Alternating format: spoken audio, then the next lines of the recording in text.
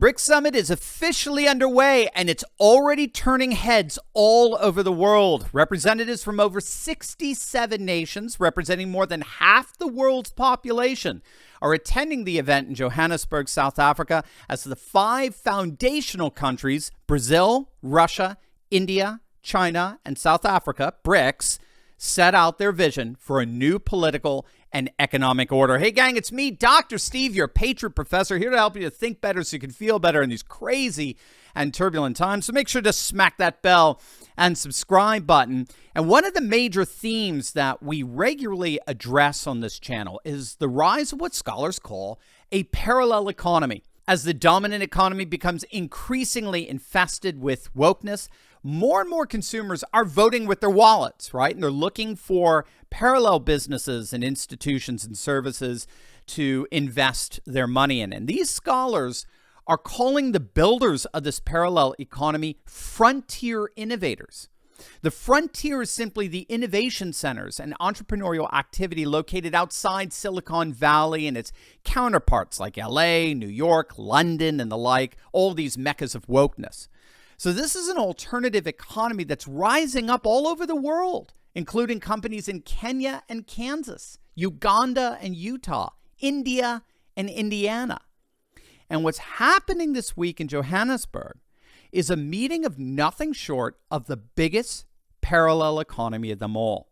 And the vision of these world leaders is nothing less than the total restructuring of the political and economic world order around the rise of what scholars call civilization states. Now, civilization states are states that are redrawing their boundaries around ancient civilizational spheres like the Slavic Orthodox world of Imperial Russia, the Sino-Confucian sphere of ancient China, and the Hindu nationalist sphere of ancient India. As liberal globalism begins to finally wane around the world, populations are increasingly returning to their cultures, customs, and traditions as the way forward for the future. And they're fast forging a colossal parallel economy that promises to rival anything the woke West could possibly muster.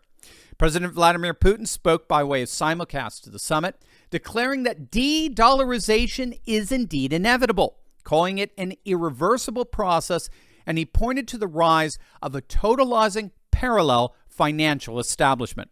This is an irreversible development in our area, and measures have been put in place to make sure that more trade transactions are made in local currencies. And as a result of that, the share of dollars has actually, or dollar transactions has reduced very considerably, something like 80% between BRICS countries.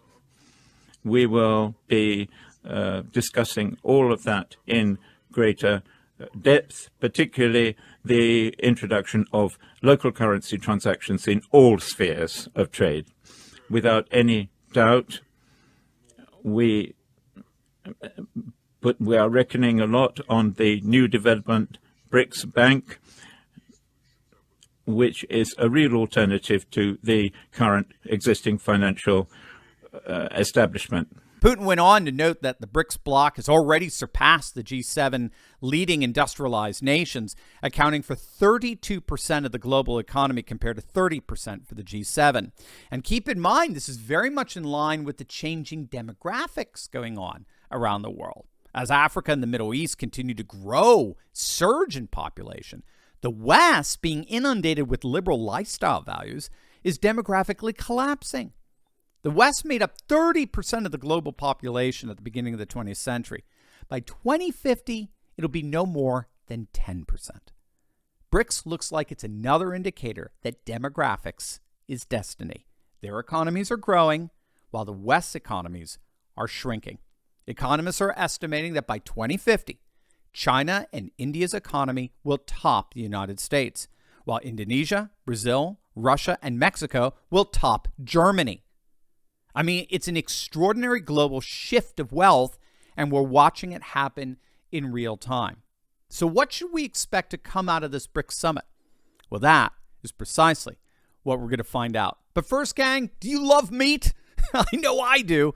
But the globalists in power at the WEF, along with their media lackeys at places like NPR, do not want you to be enjoying red meat and organic animal products on a regular basis.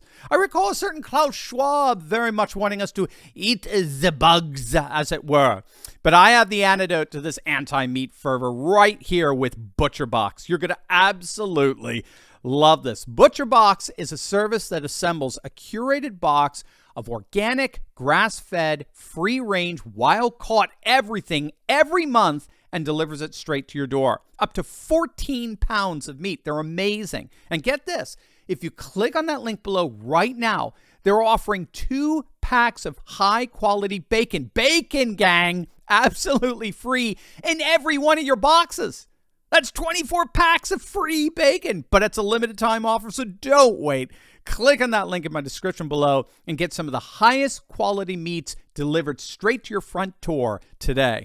There are 4 big developments to keep an eye on here. First and foremost, the summit this week will seek to establish BRICS as the major rival to the G7 as the new driver for global political and economic dynamics.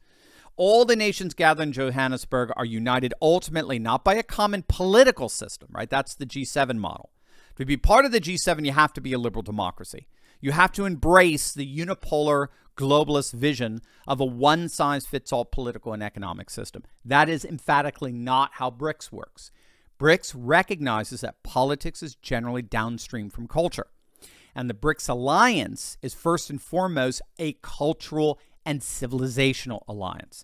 It's an alliance of nations that respect their cultural differences and seek to forge common, mutually beneficial economic ties that forge a very powerful bulwark against the woke West. So that's the first major development. This summit will be the official formal transition from a unipolar world to a multipolar world. Secondly, BRICS is about to go through a major expansion that itself promises to rebalance the world order. With approximately 40 nations expressing interest in joining the BRICS alliance, including major oil producers like Saudi Arabia, Iran, and the United Arab Emirates, this year's summit will see intense deliberations about potential new members. Now, keep an eye on some possible fractures within the bloc. While China is eager to expedite the expansion process to enhance its political leverage, Brazil remains a bit hesitant given pressure from the United States. It'll be very interesting to see the extent to which the bloc expands. A third development is the increasing alliance between the BRICS bloc and the continent of Africa. Russia and China's influence in Africa has been enormous of late, especially given how Western powers routinely pressure African nations to adopt liberal woke norms.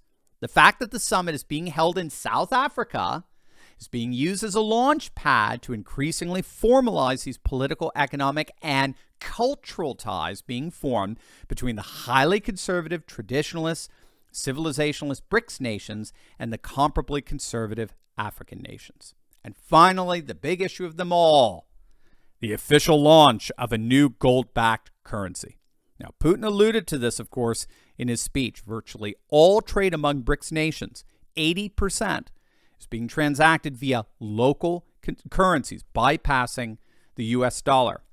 The central question is whether the BRICS bloc will put together their own international currency backed by commodities such as gold and silver. This appears to be the ultimate goal to finally break the dominance of the dollar in the world markets. So we'll definitely want to keep a very, very close eye on that. Without question, we are witnessing history in the making this week. A new world is rising, and it's happening in Johannesburg. Are you ready to join the resistance? Because I'm leading a group of dedicated, courageous patriots who can lead a spearhead into the heart of the secular globalist establishment.